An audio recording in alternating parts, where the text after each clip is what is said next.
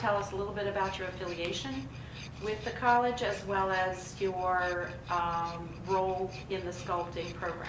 I've been teaching in the continuing ed program at St. John's College for about 17 years, and I teach figure sculpture and clay in the fall semester and stone carving in the spring semester. I'm going to show you how I work through the process of carving alabaster. I'm currently working on a series of female figures, and each one is individual to the specific stone that I start with, and they have organic elements as part of their figures when they're done. So I begin with a very rough stone, for example this one, which hasn't been cut at all, and then I start to define the figure. I always start with the figure. I can usually see it right away when I pick up the stone. So here you can see I've started carving this curved figure, the legs, the chest, the waist. The next step is further defining the figure, and then once the figure has been determined, I will carve the sides and the back into a wing-shaped pattern, or maybe a shell, or something watery like that. This piece is a little bit further along. The figure has been defined. It's lovely. Carved all the way around. And now what remains is further defining it and smoothing all of the facets, all the edges. And the final step is this one is complete. This is polished alabaster. So you can see here's the female form, and then you see the wing shapes as I turn it. The series is called Naiads, which is goddesses from Greek myths, all water related. So that really fits my watery forms. And she is Naiad number 19. And I like to get at least part of each piece to be a little bit translucent. One of the beautiful things about alabaster that's specific to that stone is it has a translucency when it's carved thin enough. These will all be similar, and the way that you can tell the color when you're carving is to get them wet. This shows you approximately what that color will be when it's polished. There's quite a variety within the pink, warm tones of the stone. Each stone really is very individual. Even if I take one block and split it into smaller pieces, each piece is going to take a different kind of marbling. So now let me demonstrate a little bit of the carving process. I've just barely started this figure. You can see it's going to be kind of curved here. So first I'll define the form of the figure with my chisels. I have different chisels for different uses. This is a half round chisel, so that is good for carving concave areas, like the side of the waist. This is the size of the wedge here determines how much stone is taken off. So this is a fairly thin wedge because I'm working on a small scale.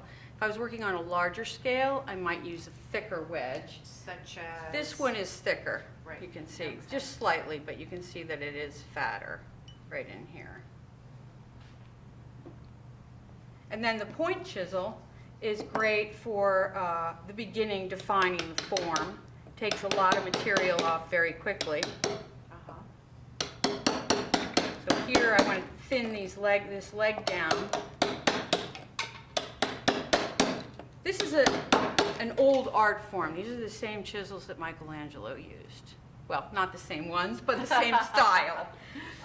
So although we have power tools, the basic technology has remained the same all these years. I have about 12 to 14 students. Very neat. Approximately half of that would be St. John's students, and the other half would be community members. And it's really fun to mix the adults with the college students. And I usually have some people who have taken my class before, some experienced carvers or figure sculptors, as well as people who have never tried it before. It takes years to master this art form, so people are welcome to take the class as long as they like. I'm still learning new things about how to do it better, more efficiently, more interesting. Many times it'll be different from what I had in mind when I started. So, especially with this kind of art form, it's important to keep an open mind and work with the material. Sometimes you'll find a flaw in the stone, a vein, or maybe a hairline fracture. A bigger piece will break off than what I had planned. So, or it snaps in half. Sometimes I have to scrap it and really start over. That also happens. This is a sandbag, and one of the hardest things with a small piece like this is keeping it still while I'm carving it because of the force going into the stone. So sandbags help a lot. This wooden piece here is called a cradle, so you can drape it over the edge of your table and it keeps it from moving forward. I've been sculpting pretty much since college. So it's been many, many years. I've been doing the stone carving since I was about 25. I love the stone carving because you're really working with a natural material, and the beauty of the material has its own qualities that you can't find in clay or bronze or something like that. This is a smaller hammer. It's about 1.5 pounds, and this is a kilo. So once I've used the point chisel to make my shape, then I use the tooth chisel to define the planes.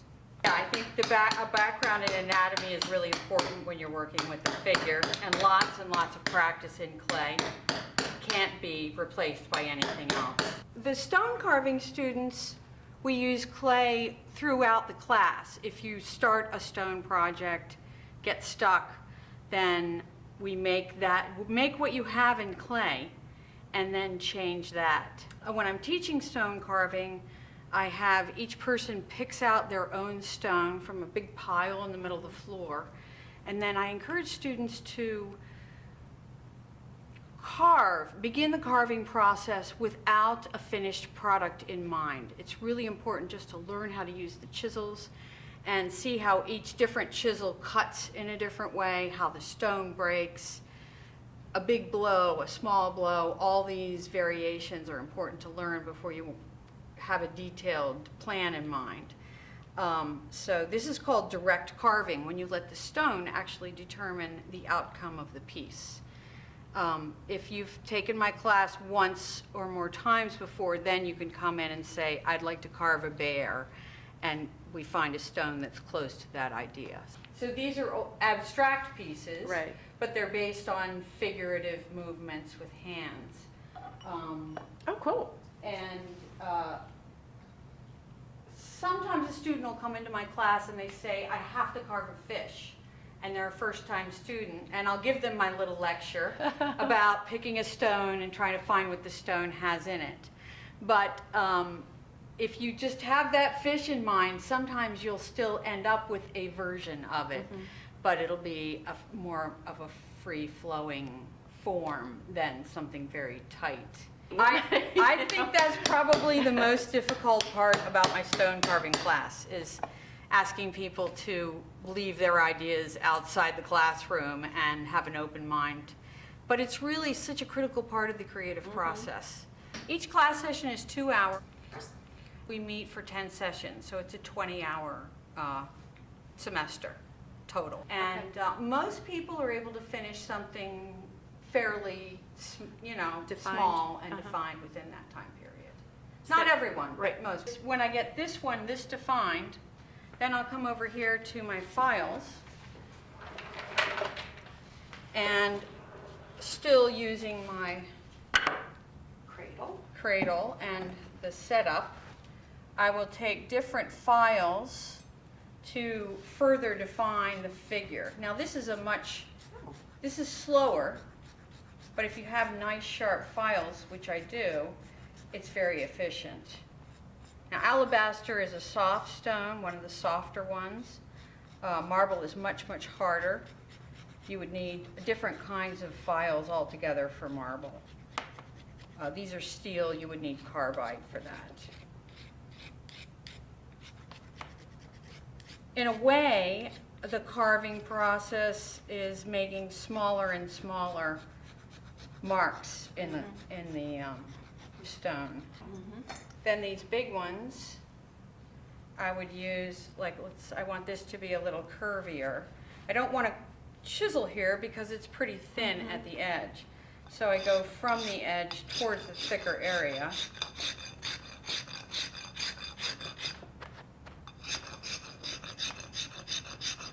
And I like to keep as close to the outside dimensions of the stone as possible, just to keep that natural form. You can see that curve taking shape.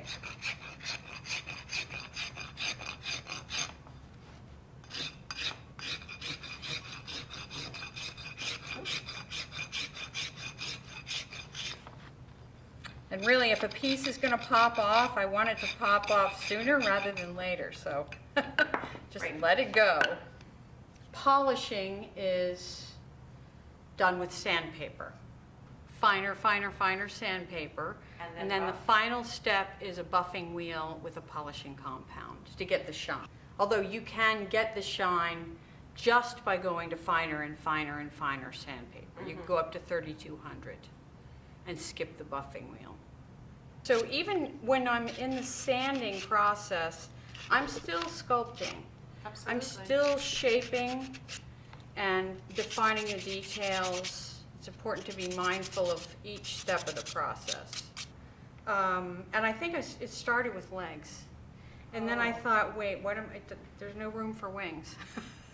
So what am I going to do? And then I just sort of thought of the spiral. And I tried several different spiral patterns before I came up with this one. Beautiful.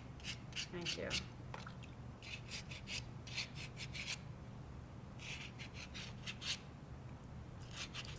This piece is a precursor to the Naiad series in that it's the Colorado pink alabaster, which you can see the beautiful tones in it. And I was working on it outside over the summer a couple years ago, and I was very carefully sanding in here to get this shape. And the sunlight came through a little corner, and I could see that it was translucent. And I thought, I was very scared because I thought I'm going to break it, I've ruined it, it's all over. And then I paused and I thought, wait, this could be great. So what I did is I carefully sanded this whole oval area to make a transparent panel in the middle of the sculpture to give it a little more life. I do have a website, www.bankersculpture.com.